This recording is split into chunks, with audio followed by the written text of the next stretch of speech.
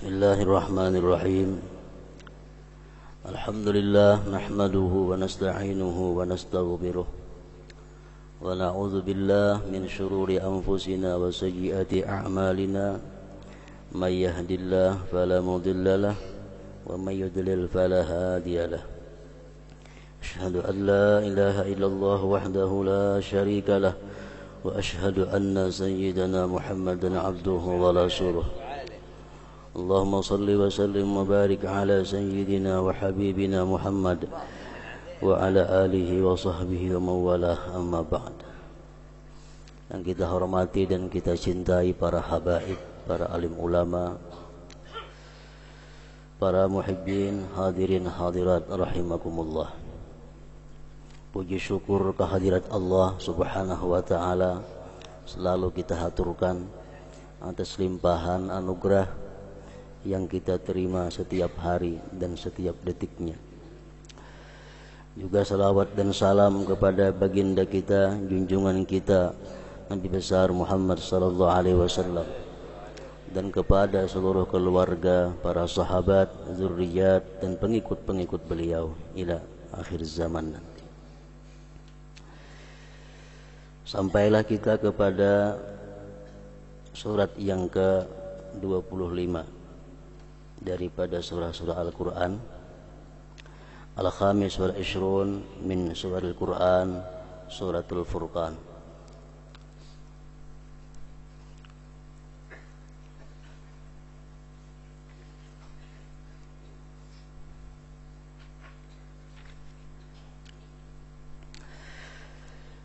Surat yang ke-25 dari surah-surah dalam Al-Quran bernama Al-Furqan. Makiyatun, ini surat Al-Furqan diturunkan sebelum Rasulullah sallallahu alaihi wasallam hijrah ke Madinah. Wa ayatuha sab'un wa sab'un, dan ayat-ayatnya berjumlah 77 ayat.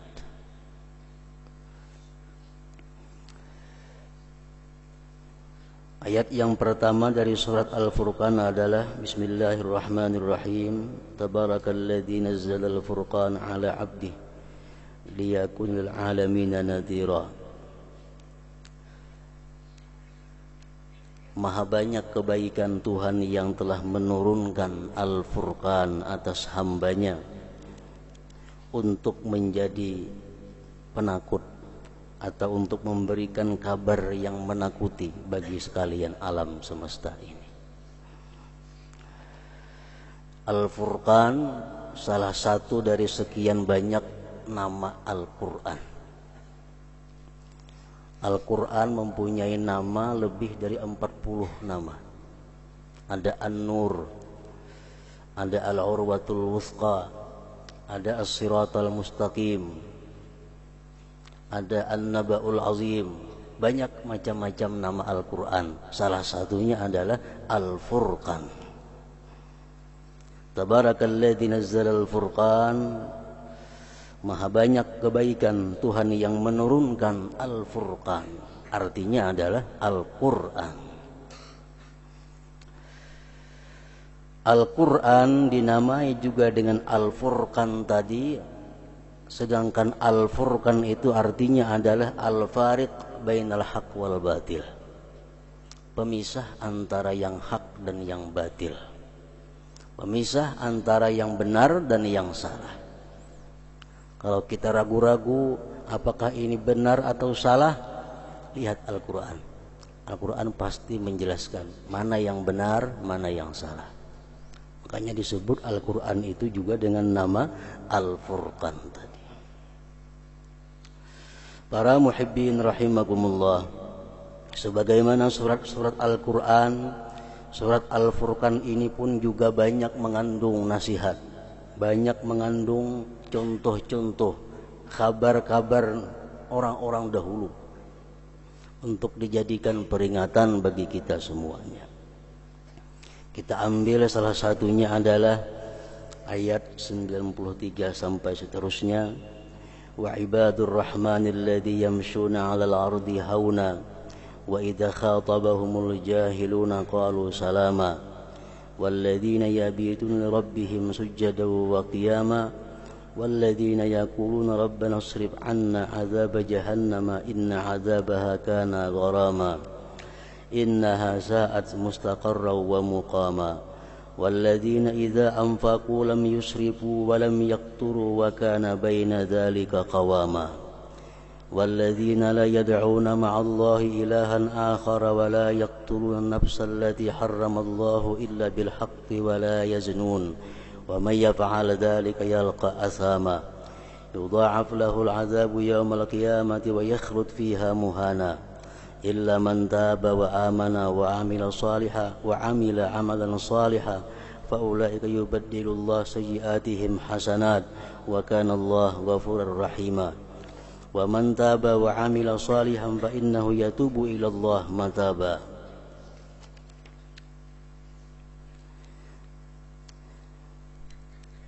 Sampai ayat tersebut berakhir pada ayat 76. Para muhibbin rahimakumullah, Al-Imam Fakhrur Razi, salah seorang ahli tafsir, mengatakan bahwa ayat tersebut tadi adalah menerangkan tentang bagaimana kelakuan-kelakuan atau akhlak, sifat-sifat manusia yang beriman yang nantinya akan menempati al-ghurfah bil jannah. Dijelaskan tadi beberapa sifat-sifat orang beriman yang mana mereka itu nantinya akan menempati al-ghurfah, tempat yang tinggi di dalam surga.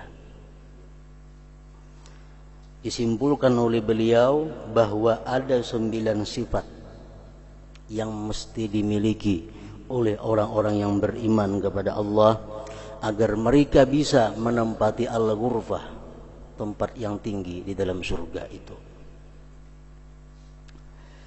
Yang pertama, alladzina yamshuna 'alal ardi hauna.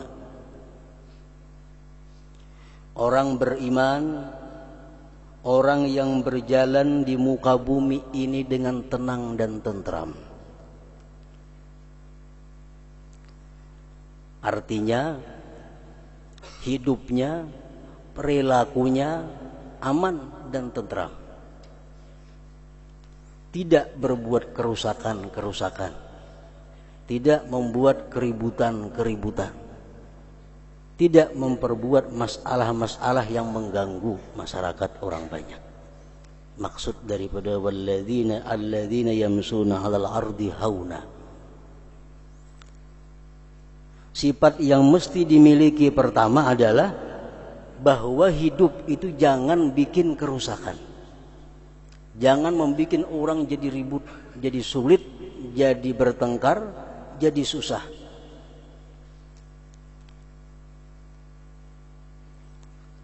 Al-Quran mengistilahkan dengan kata-kata orang yang berjalan di muka bumi dengan tenang dan tentram. Ahli tafsir mengatakan artinya adalah orang yang hidupnya tidak berbuat kerusakan.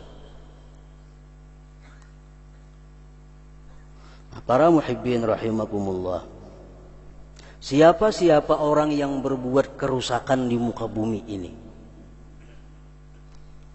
apakah orang yang menabang kayu, orang yang menabuk batu bara, apakah mereka itu yang berbuat kerusakan di muka bumi? Bukan hanya mereka itu, masih ada pihak-pihak lain yang lebih merusak keadaan bumi ini.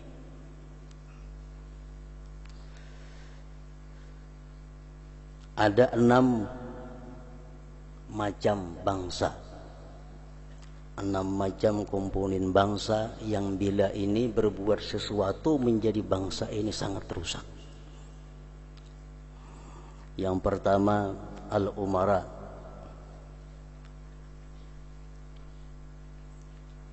al-umara'uz zalimin, pemerintahan yang zalim.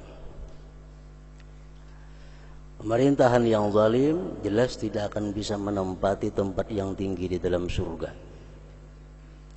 Kenapa? Karena dia berbuat kerusakan di muka bumi. Sedangkan calon penghuni ghurfah itu adalah orang yang tidak berbuat kerusakan.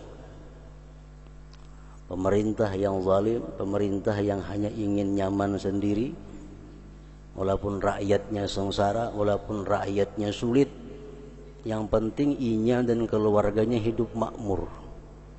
Ini ngarannya pemerintah yang zalim, yang dikutuk oleh seluruh makhluk Allah Subhanahu wa taala.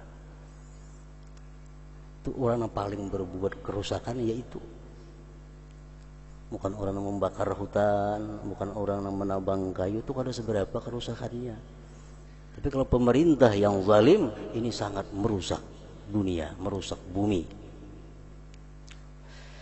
Yang kedua, al-ulama idza lam ya'malu bi'ilmi. Yang berbuat kerusakan itu yang kedua adalah ulama-ulama, orang-orang yang punya ilmu agama tapi mereka tidak mengamalkan dengan ilmunya. Mereka membicarakan takwa, mereka sendiri tidak kenal, tidak paham apa itu takwa kepada Allah Subhanahu wa taala. Mereka membicarakan masalah wara, tapi usaha mereka sendiri jauh daripada wara. Nah, ulama-ulama yang tidak mengamalkan ilmunya itu merupakan punya saham yang besar dalam berbuat kerusakan di muka bumi ini. Ulama-ulama tersebut tidak akan bisa menempati tempat al-ghurfah di dalam surga nanti. Yang kedua, al-aghniya'ul bukhala, orang-orang kaya yang kikir. Orang-orang kaya tapi kikir, ini termasuk punya saham dalam merusak bumi. Kenapa sebabnya? Karena orang-orang yang kikir itu tidak bisa diamankan daripada mengambil hak orang lain. Orang yang kikir itu kada bisa aman daripada mengurangi takaran, timbangan, mengangkat hak milik orang lain. Al-aghniya'ul bukhala, orang-orang kaya yang kikir punya andil dalam berbuat kerusakan di muka bumi ini. Kemudian yang keempat, al-hukam, para penegak hukum yang tidak benar. Penegak hukum di tempat kita polisi, jaksa, hakim. Apabila mereka itu menjalankan hukum dengan benar, mereka menjalankan hukum sesuai dengan hati nurani dan undang-undang, mereka adalah ada harapan menempati tempat yang tinggi di dalam surga. Tapi kalau mereka tidak benar dalam menegakkan hukum, akan jauh daripada surga, bahkan punya andil dalam merusak bumi ini. Al-hukam. Yang kelima, al-ujara, para pegawai, para buruh yang tidak jujur. Buruh-buruh, pegawai-pegawai baik negeri atau sipil yang tidak jujur dalam tugasnya itu punya andil merusak bumi. Tidak termasuk dalam firman Allah, alladzina yamsun 'alal ardi hauna, tidak termasuk di situ. Pegawai-pegawai yang mestinya kerjanya jam 8 sampai jam 3 ternyata kurang daripada itu, namanya berbuat kerusakan di muka bumi.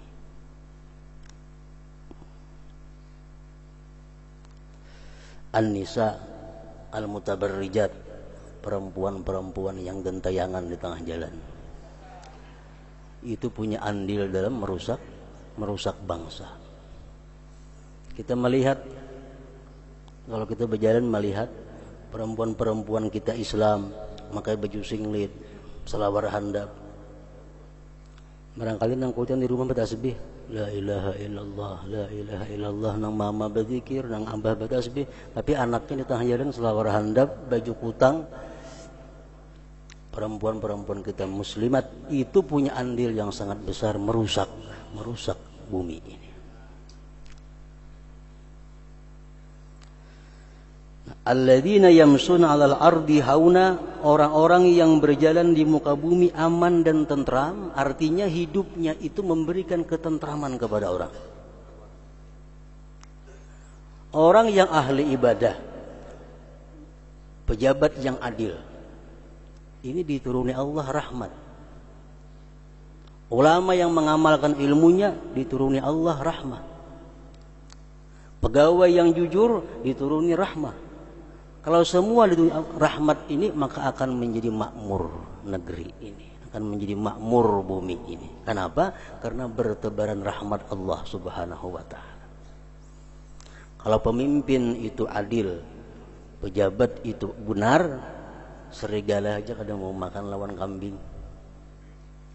Serigala, bahkan makanannya kambing itu. Kucing ada makan ke tikus. Itu menunjukkan bahwa pemerintahnya adil. Ini jangan serigala itu. Nggak ada serigala makan ke kambing juga. Nah, di zaman dahulu waktu Khalifah Umar bin Abdul Aziz menjadi raja khalifah, serigala kada beriur lawan kambing, kada makannya. Kenapa?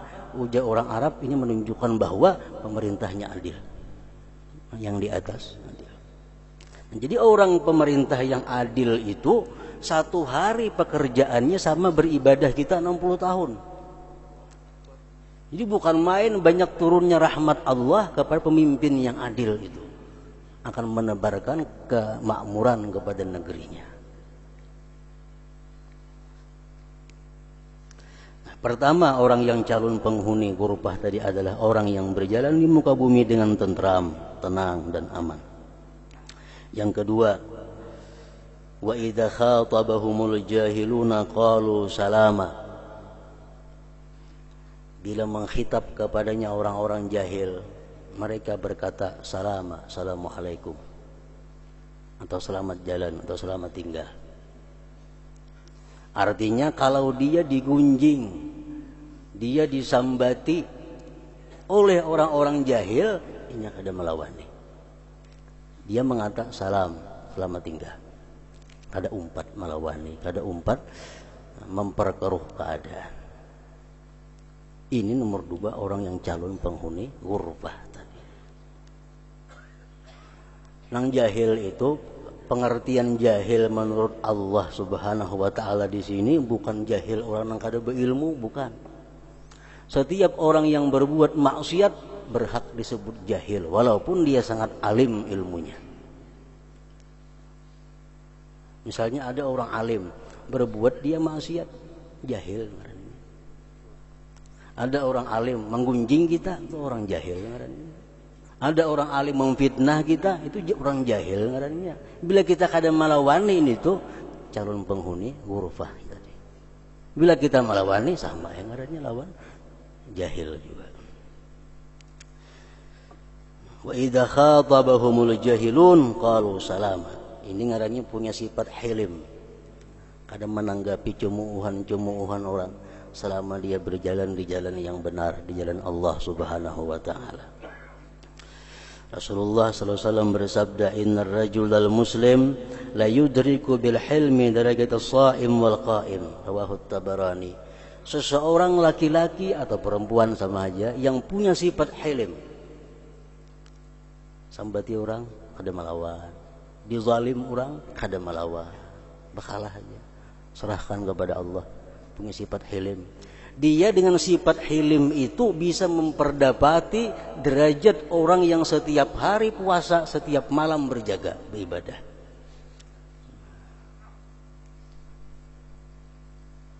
Cuma mengandalkan sifat hilim. Karena dia sifat hilim, kada bagaduh orang apa asalnya bujur, nya kada mengurusi itu, kada melawani itu. Walaupun orangnya kada ibadah, kada pemuasa, lebih baik daripada orang pemuasa ibadah tapi kada punya sifat hilim itu. Yang ketiga, walladzina yabitun li rabbihim sujada wa qiyama. Orang yang di malam hari beribadah kepada Allah Subhanahu wa taala. Ibnu Abbas mengatakan kalau kita sembahyang tengah malam 2 rakaat sudah masuk dalam ayat ini. Yang ketiga, calon penghuni al-ghurfah tadi adalah orang yang bangun malam untuk sujud dan qiyam kepada Allah Subhanahu wa taala. Qala Nabi sallallahu alaihi wasallam, rak'atani yarka'uhuma al-'abdu fi jawfil lail khairun lahu minad dunya wa ma fiha. Rawahu Dailami. 2 rakaat tengah malam yang dilaksanakan oleh seorang hamba itu lebih baik nilainya bagi Allah daripada dunia dan isinya. Umpamanya Allah memberikan seseorang ini kekuatan, kemampuan sehingga dia bisa sembahyang 2 rakaat tengah malam. Yang satunya diberi Allah dunia dan isinya, lebih baik diberi Allah 2 rakaat tengah malam itu. Ada lagi ulama yang mengatakan bahwa orang yang sembahyang 2 rakaat tengah malam itu dapat pahala yang bukan main besarnya. Andai kata orang punya dunia dan isinya, dia wakafkan, masih ganal sembahyang malam 2 rakaat itu pahalanya. Rak'atani yarka'uhum al-'abdu fi jawfil lail khairun lahu minad dunya wa ma fiha. Ini sembahyang malam, kita yakin, kita beriman bahwa itu adalah baik. Kita yakin, kita percaya, kita beriman bahwa sembahyang tengah malam itu baik. Tapi kenapa kita masih kada kau menggawi? Pada percaya benar sudah itu, percaya benar, yakin benar bahwa sembahyang tengah malam itu bagus. Hadis Nabi ada mengatakan, Quran ada menjelaskan sembahyang tengah malam itu baik. Yakin sudah kita pada itu bujur, tapi kenapa kita kada bisa menggawi?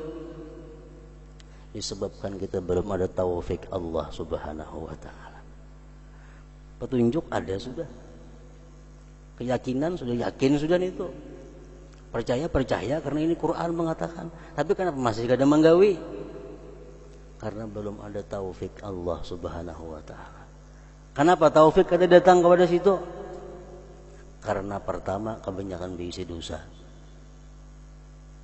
atau dalam awak banyak nang haram, atau bergaul dengan orang-orang yang haram, atau mencintai orang-orang yang zalim yang dikutuk Allah Subhanahu wa ta'ala. Penyebab terhalangnya taufik Allah kepada kita. Banyak fadilat amal yang kita yakini kebenarannya tapi kita kada bisa menggawinya. Banyak benar itu, karena belum ada taufiknya tadi.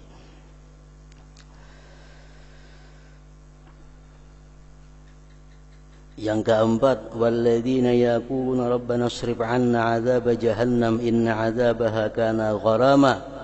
Orang-orang yang berdoa kepada Allah, rabbana shrif 'anna 'adzab jahannam. Rabbana shrif 'anna 'adzab jahannam.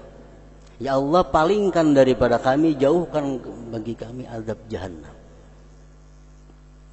Orang yang suka berdoa itu adalah orang yang calon penghuni ghurfah yang tinggi tadi. Yang kelima, walladzina idza anfaqu lam yusrifu wa lam yaqturu wa kana baina dzalika qawama. Orang yang bila membelanjakan, mengeluarkan duitnya kada burus dan kada kikir, dan dia tengah-tengah antara itu. Orang nang burus kada akan menempati ghurfah, surga yang tinggi. Orang yang kikir kada akan menempati surga yang tinggi. Wa kana baina dzalika qawama, yang tengah-tengah yang menempati surga yang tinggi itu. Macam apa burus? Pengertian burus pandangan agama. Banyak ulama tafsir yang menjelaskan macam-macam pendapat. Ada yang mengatakan walaupun 1 rupiah kita belanjakan kepada hal yang dilarang Allah, ngarannya burus. Duit 1.000 rupiah kita belanjakan untuk yang haram, burus sudah ngarannya itu. Burus. Orang yang kikir itu macam apa? Orang yang menjaga hak Allah dan hak hamba Allah. Ada orang bersumbangan apa, kada memberi, itu kikir ngarannya. Karena itu hak Allah. Nah, jadi artinya orang ini kada burus, duit itu kada menggunakan kepada yang dilarang Allah, dan dia hanya menggunakan kepada yang disukai dan dicintai Allah Subhanahu wa ta'ala. Orang yang hanya menggunakan, menafkahkan untuk sesuatu yang diridai Allah, inilah calon penghuni al-ghurfah tadi. Yang keenam, walladzina la yad'una ma'allahi ilahan akhara wa la yaqtuluna an-nafsa allati harramallahu illa bil haqq wa la yaznun. Mereka tidak menyekutukan Allah.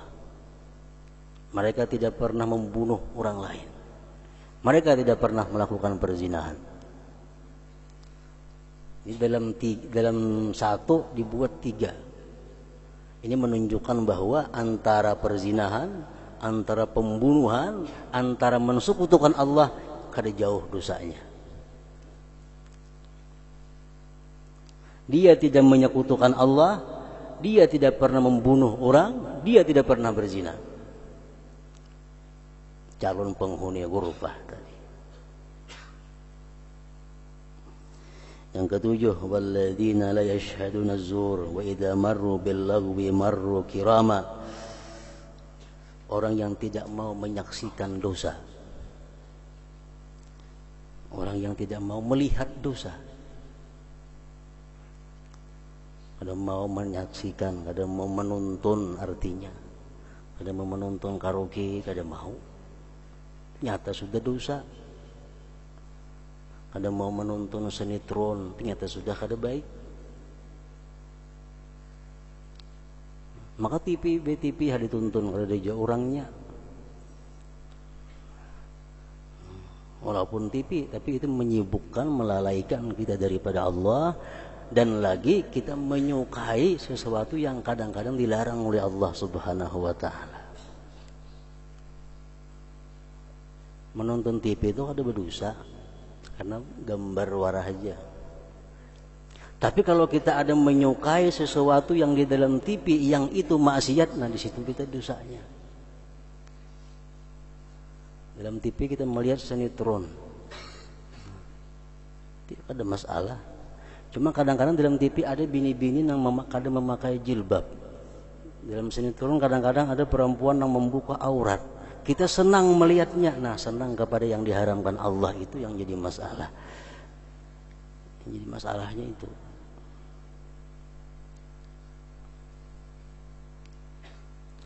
Orang-orang yang akan ditempatkan Allah di dalam surga yang tinggi, maka dia tidak mau menyaksikan hal-hal yang bertentangan atau hal-hal yang sia-sia tadi. Yang kedelapan, wa idza walladzina idza dzukiru bi ayati rabbihim lam yakhirru 'alaiha summa wa umyana. Orang-orang yang bila diperingati dengan ayat Allah, mereka taat tersungkur. Orang pengen menyari-nyari nasihati, kamu kada boleh hincam itu.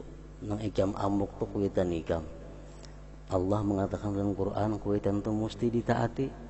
Langsung lamah tunduk.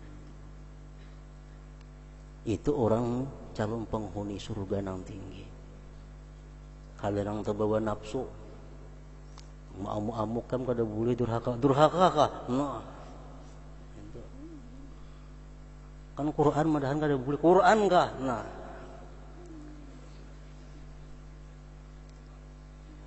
sudah di luar, sudah dikuasai oleh syaitannya. Yang kesembilan, walladzina yaquluna rabbana hab lana min azwajina wa dzurriyyatina qurrata a'yun waj'alna lil muttaqin imama. Orang yang rajin berdoa kepada Allah dengan doa ini. Rabbana hab lana min azwajina wa dzurriyyatina qurrata a'yun waj'alna lil muttaqin imama. Baca perbanyak doa itu. Dalam sembahyang enggak, di luar sembahyang enggak. Rabbana hablana min azwajina, ya Allah berikanlah kami istri atau pasangan-pasangan, wa dzurriyyatina, keturunan-keturunan kami, zuriat kami, qurrata a'yun, muti'in artinya taat kepada Engkau, waj'alna lil muttaqin imama, dan jadikanlah kami ini ikutan bagi orang-orang yang takwa. Kalau kita jadi ikutan orang-orang takwa, pasti kita orang takwa juga ngarannya. Nah, jadi orang yang calon penghuni ghurfah itu ketujuh membaca doa ini di dalam dunia. Rabbana hab lana min azwajina wa dzurriyyatina qurrata a'yun waj'alna lil muttaqin imama. Nah, baca terus doa itu. Nah, jadi menurut Imam Fakhrul Razi bahwa ayat 63 surat Al-Furqan tadi sampai seterusnya itu mencakup keterangan yang disebutkan tadi, bahwa ibadur rahman hadhihi sifatuhum ulaika yuzawna al-ghurfah, hamba-hamba Allah yang bersifat dengan 9 sifat itu, mereka itulah yang akan menempati ghurfah, tempat yang tinggi di dalam surga Allah Subhanahu wa taala. Nah, para muhibbin rahimakumullah, mudah-mudahan kita dapat hidayah, inayah dan taufik dari Allah Subhanahu wa taala, dan mudah-mudahan kita akan bisa menempati ghurfah tersebut. Ila hadratin Nabi sallallahu alaihi wasallam. Al-Fatihah.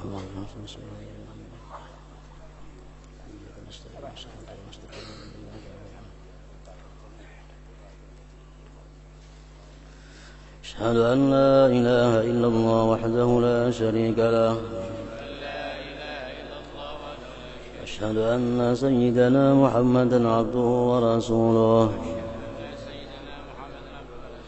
لا إله إلا الله نستغفر الله لا إله إلا الله نستغفر الله لا إله إلا الله نستغفر الله لا إله إلا الله ونتوب إلى الله لا إله إلا الله محمد رسول الله صلى الله عليه وسلم يا أيها الرجل منه شفاعة صلوا عليه وسلموا تسليما.